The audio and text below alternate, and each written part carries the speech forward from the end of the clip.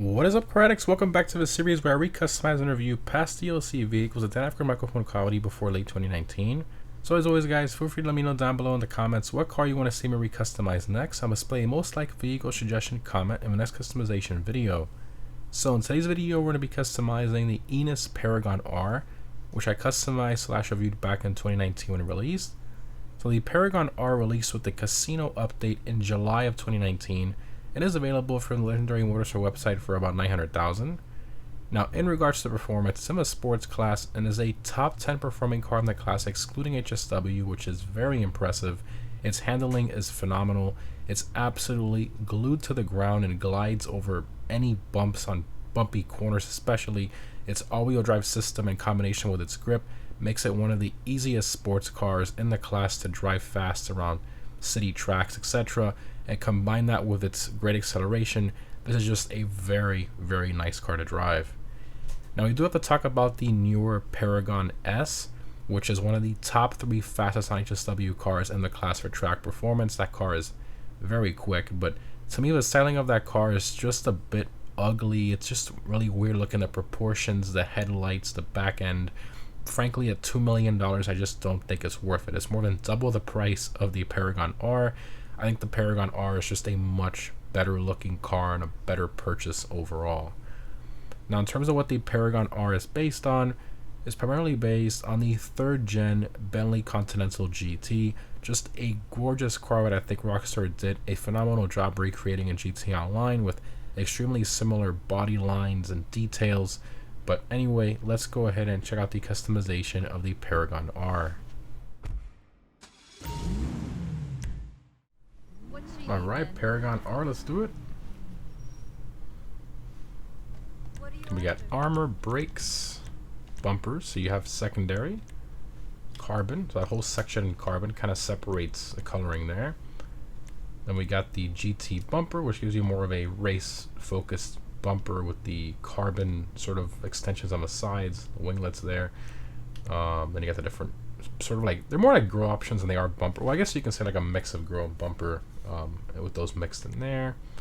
And then here you have a, that is strange, like another, like a grille trim carbon. That's weird.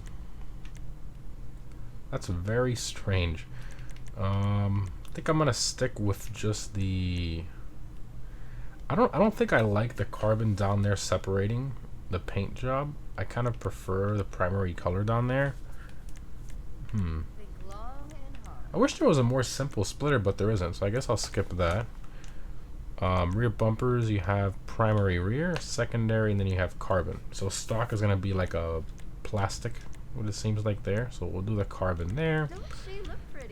Engine, exhaust, so you got the stock chrome exhaust tips. Here you have the titanium, you got the chrome oval, titanium oval, and you got the big bore, and then the race, which gives you a little bit bigger exhaust tip. So I think I'm going to go ahead and go with the race there.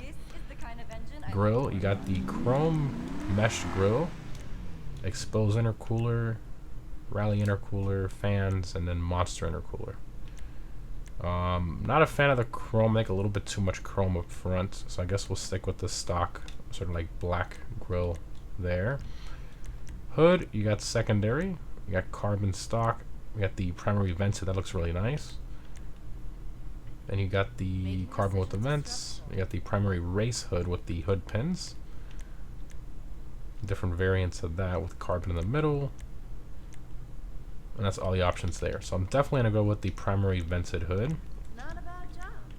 Lights, to go with the xenons. Liveries, so you got the clean green. So this is a nice one. It gives you a nice like green trim all over the car, which I think looks really good.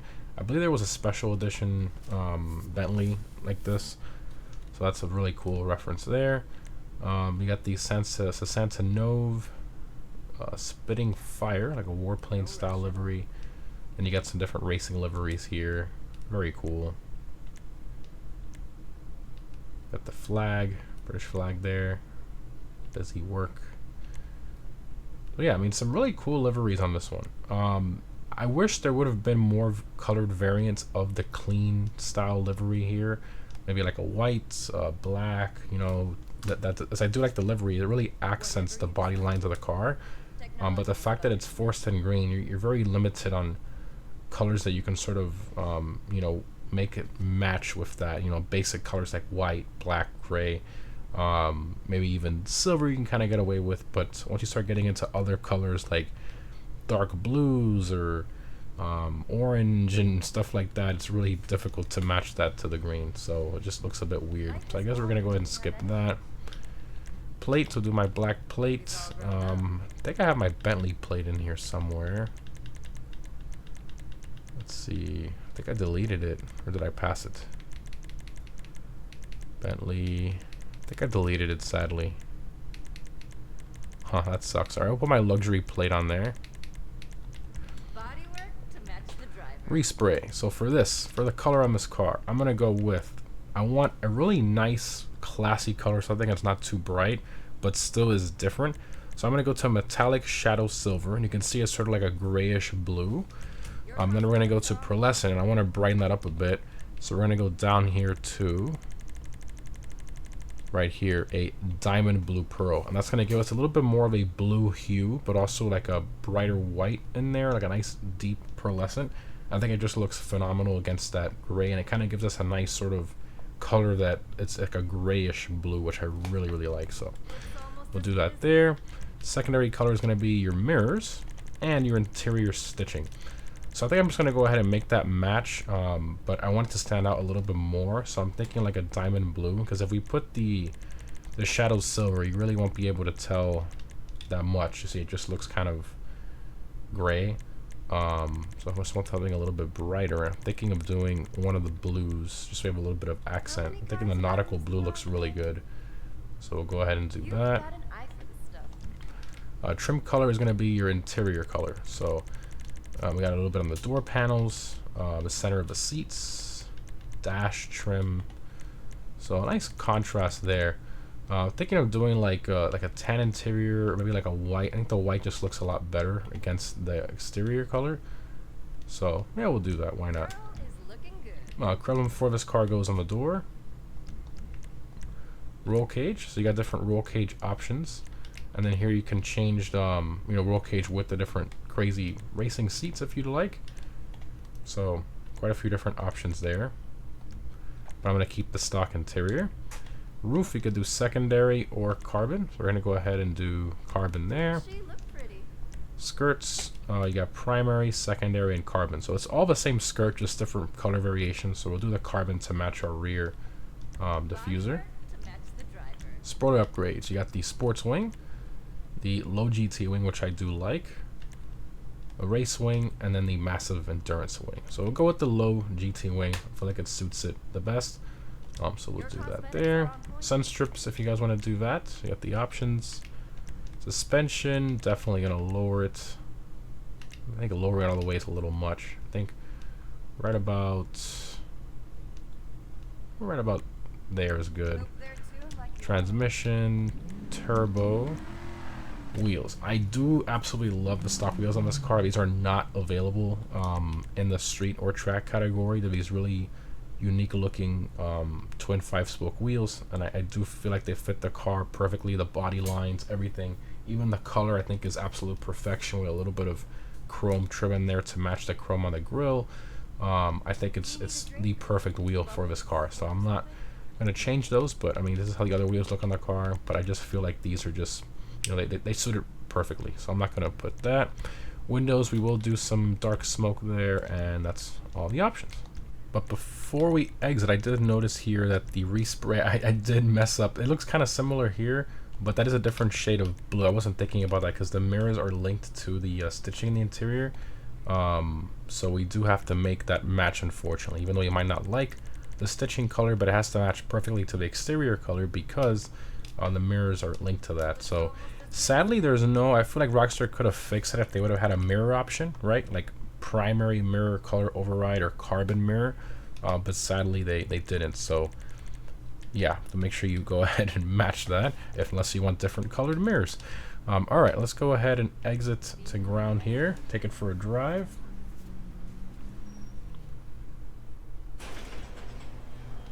Oh, I see this color in the sun. Oh yeah, Oh, love, love, love this color. You look at it and you're like, is that gray? Is that blue? It's like a combination of both. Like in direct sunlight, it looks a bit more like a grayish blue, and then in the shade, you can see the difference. It looks more like a light blue, almost gray. It's just a really nice color, man. I love, love, love this color on this car. First person, here's the interior again. And we do have the digital gauge cluster there in the center. Alright, we're going to floor it. All-wheel drive, so you get 0 wheel spin off the line. It just shoots right away. It's so quick. And of course, the main highlight of this car is the handling in combination with its acceleration. You can go over bumpy sections, go over curbs, whatever, and the thing is just absolutely glued to the ground. Some traffic here.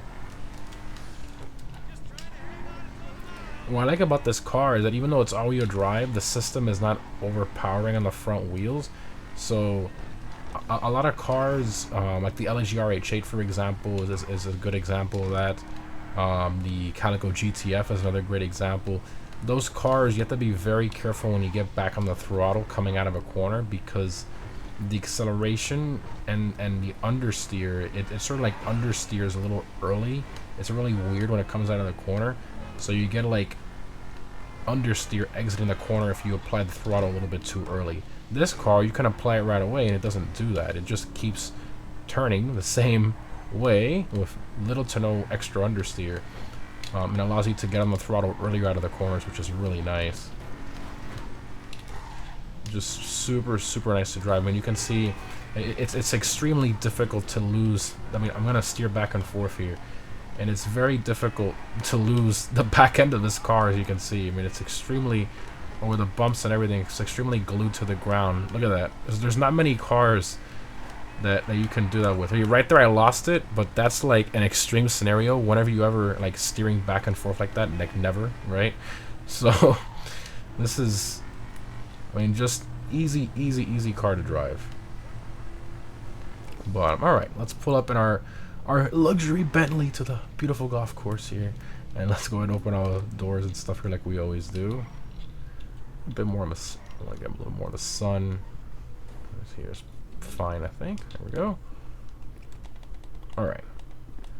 So, manage vehicles, vehicle preferences, doors, all, and everything opens up nicely. You got this beautiful engine model that was, I think this was introduced, yeah, it was introduced with the Paragon R.